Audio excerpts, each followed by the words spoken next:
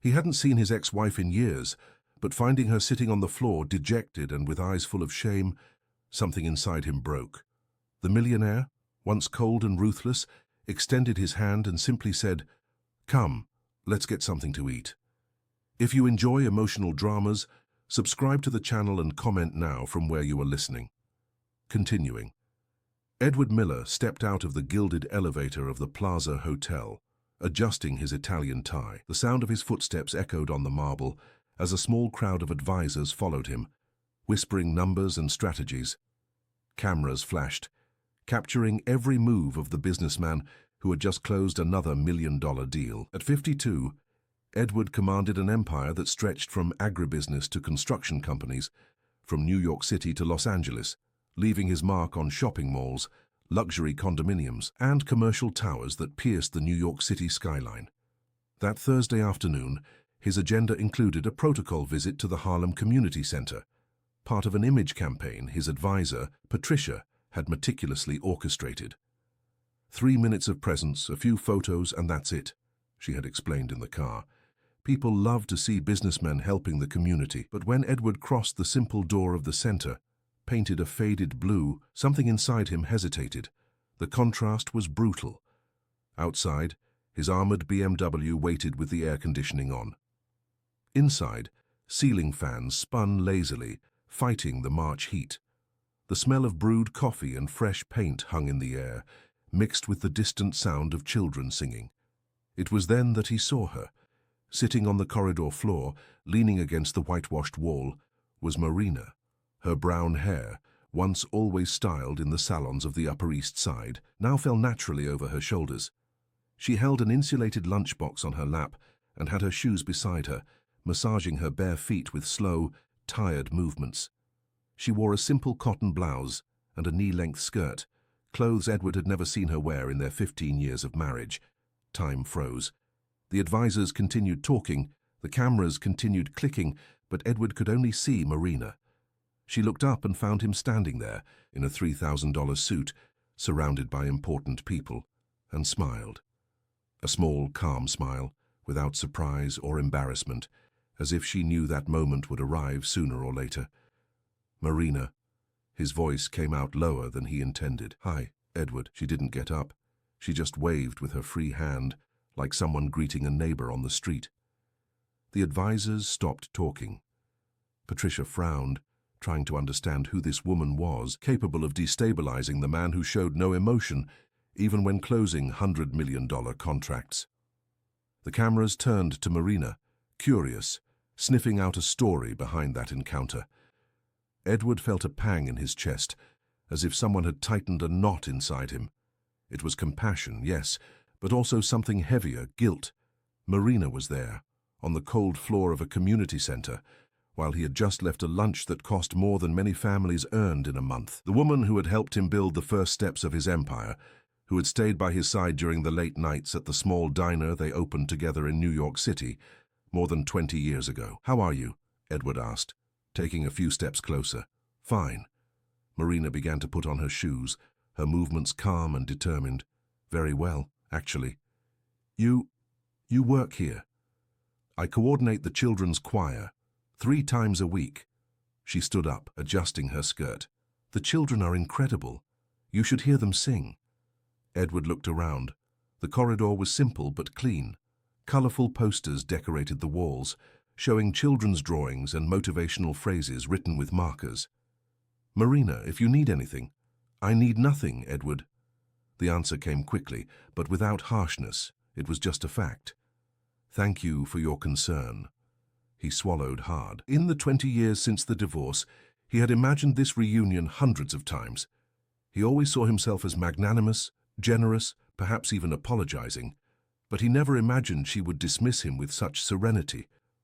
"Marina, I know that things weren't easy after." Edward gestured vaguely, searching for words. "If you'd like, we could have dinner. Talk. It's been a long time since." "I can't tonight." Marina raised the lunchbox, showing it to him. "I already have someone to eat with." At that moment, a child's voice shouted from the end of the corridor, "Aunt Marina! Aunt Marina! Everyone's waiting!" A girl of about 8 appeared running, her sneakers slapping on the polished concrete floor. She stopped beside Marina and looked Edward up and down, without disguising her curiosity. "Is this the rich man who's coming to help us?" the girl asked, with the brutal sincerity of children. Marina chuckled softly and ran her hand through the girl's hair. "This is Edward, Julia, an old acquaintance."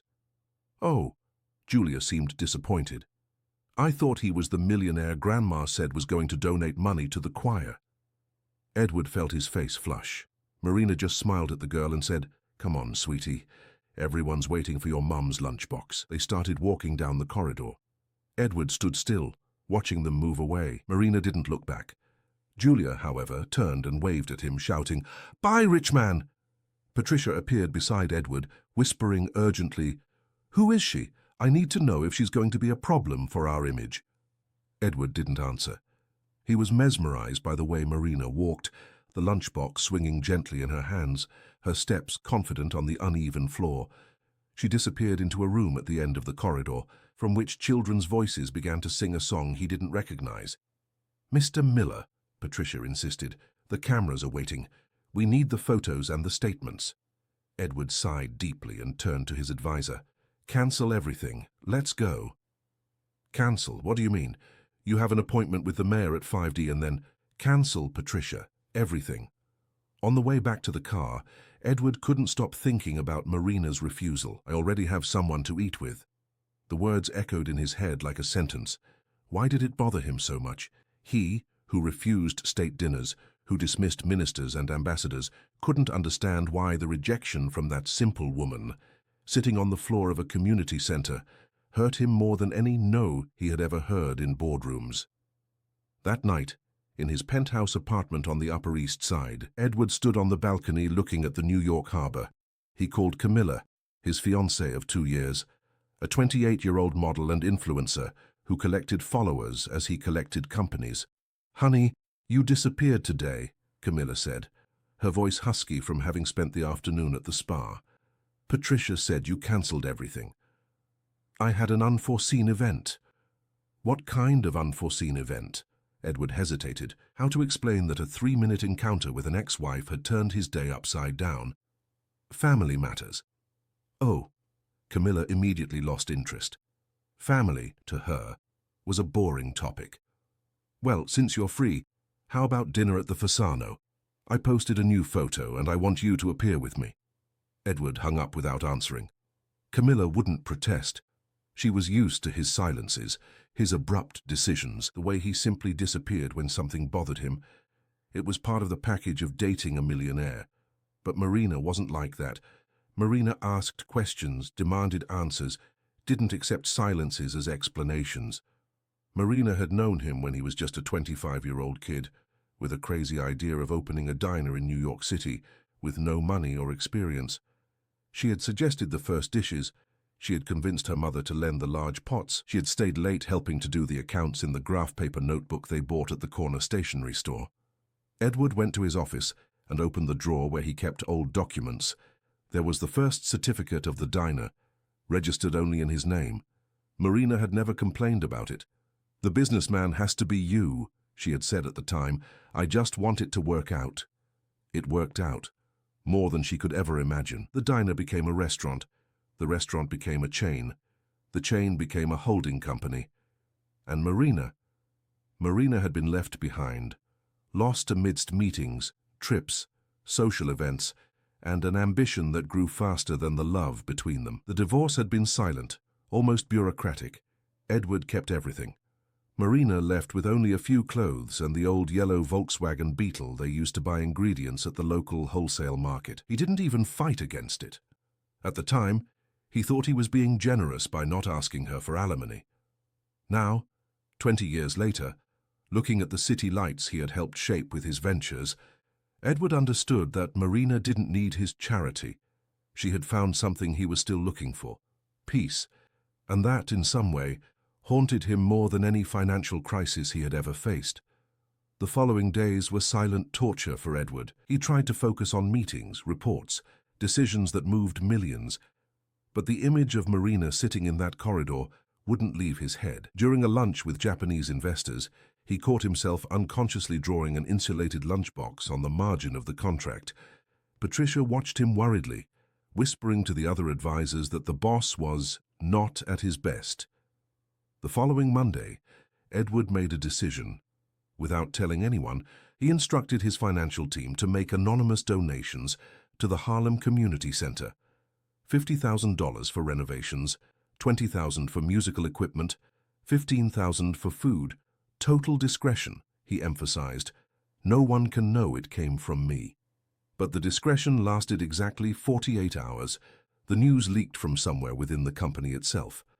On Wednesday, the New York Times front page read, "Businessman Edward Miller makes $1 million donation to ex-wife in vulnerable situation." The article, signed by an economics reporter Edward didn't even know, painted a touching portrait of the magnate who, moved by Christian compassion, was helping the woman who sacrificed her own career to support his first steps in the business world. Edward's phone wouldn't stop ringing. Journalists wanted interviews. Politicians wanted photos. Camilla herself called, euphoric. "Honey, you're a trending topic. Everyone's talking about your generosity. My Instagram gained 15,000 followers today alone." But Edward was nauseated. The article spoke of Marina as if she were a wounded animal he had rescued from the gutter. Ex-wife in vulnerable situation. The words burned him inside. Marina, vulnerable. The woman who coordinated a choir, who walked with dignity, who refused his dinner invitation with the tranquility of someone who owed nothing to anyone. On Thursday morning, Patricia entered his office with a pile of newspapers. "Edward, you need to see this. It's become a social responsibility case study. The Ford Foundation wants to honor you. The United Way wants a partnership. Your image has never been better." Edward flipped through the headlines in silence. "Millionaire acknowledges debt to humble ex-wife." Edward Miller, an example of gratitude and humility. Businessman rescues one who helped him grow. Every word was like a slap in his conscience. That's when Claude, his driver of 15 years, knocked on the door. "Mr. Miller, there's a lady downstairs who wants to speak with you. Says her name is Marina." Edward's heart pounded. "Send her up." "She said she prefers you come down." Edward descended 27 floors in an elevator that seemed to move forever. He found Marina standing on the sidewalk in front of the building, holding a folded newspaper under her arm. She wore the same simple clothes from the community center, but there was something different in her eyes. A coldness he didn't recognize. "Marina! Did you read it?" She unfolded the newspaper and showed him the headline. "Marina, I swear it wasn't intentional. I instructed the donations to be made in secret, but someone—" "I am not your cause, Edward." Her voice was low, controlled, but sharp as a blade. "I am not your clean conscience ornament, nor your redemption story to impress a magazine." Edward looked around. Pedestrians hurried past, some glancing discreetly in their direction. 2 building security guards watched from a distance, ready to intervene if necessary. "Come in. Let's talk in my office." "No." Marina took a step back. "I don't need to sit in your leather chair to say what I came to say." She took a deep breath, like someone preparing to dive into deep waters. "You want to know the truth. I sleep well, Edward. Every night. I know how much I have in my wallet. I know what I'll eat tomorrow. I know the choir children are waiting for me on Tuesday and Thursday. I have few friends, but they are true. I have little money, but it's mine. Do you understand the difference?" Edward tried to speak, but she interrupted him with a wave of her hand. "This money you sent, I will return it, every cent, not because I don't need it, but because I don't want it. I don't want to be the poor wretch you saved. I don't want people to look at me and see your charity. I am someone who lives with what I have and sleeps peacefully with what I do." Marina's words echoed in the air like a slap in Edward's face. He stood there, on the Park Avenue sidewalk, wearing a suit that cost more than a minimum wage, feeling smaller than ever. "Marina, I just wanted... I know what you wanted." She folded the newspaper again and put it in her bag. "You wanted to feel good about yourself. You wanted to think you were making up for something. But you know what, Edward? Some things can't be made up for with money. Some things are made up for by changing."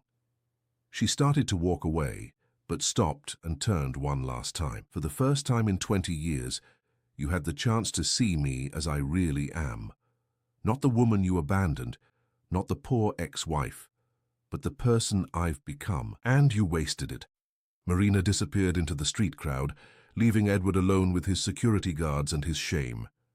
He went back up to his office like a ghost, ignoring Patricia's calls, urgent emails, decisions awaiting his signature. That afternoon, sitting in the swivel chair from which he commanded his empire, Edward understood something he had never realized before. All those years, he had called his donations, his public gestures, his social responsibility campaigns generosity, but Marina had been surgical in defining what it truly was: control. He didn't want to help Marina. He wanted to control her. He wanted her to be grateful, to depend on him, to look at him with the admiration he no longer saw anywhere. He wanted to turn her into another one of his projects, another success story he could tell in interviews. But Marina was not a project. She was a person who had found something all his money couldn't buy: dignity. As the sun set over New York Harbor, Edward made a decision. He picked up the phone and called his legal team. "I want to cancel all donations to the Harlem Community Center, all of them, and I want you to draft a statement explaining that it was a press misunderstanding." On the other end of the line, the lawyer hesitated. "Mr. Miller, this could cause an image crisis. The press will want to know why." "Because I made a mistake," Edward replied, "and mistakes are corrected, not covered up." That night, Edward dined alone in his apartment, looking at the city lights he had helped build. Camilla had sent messages complaining about his disappearance. Patricia had left 15 voicemails about the image crisis, and the newspapers were already speculating about the reason for the businessman's change in stance. But for the first time in months, Edward was able to sleep without needing the sleeping pill he kept in his bedside table drawer. Because for the first time in a long time, he had done something Marina would approve of. He had respected her choice. And at the Harlem Community Center, as the choir children rehearsed for their end-of-month performance, Marina smiled discreetly as she read the retraction Edward had ordered published in all the newspapers. It wasn't an apology. It was something much better. It was an acknowledgement that she had the right to be respected, and that Marina knew was just the beginning of a transformation that Edward would still take a long time to fully comprehend. End of story. Dear listeners, we hope Edward and Marina's story has deeply touched your hearts. If you were moved by this journey of reunion, pride, and dignity, please leave a like, subscribe to our channel, and share in the comments which moment resonated with you the most. Every day, we bring intense stories like this, revealing the most human and true side of relationships, showing that not every happy ending is about returning to what was, but about discovering what truly matters. Thank you for joining us, and we'll meet in the next episode with another story that goes straight to the heart.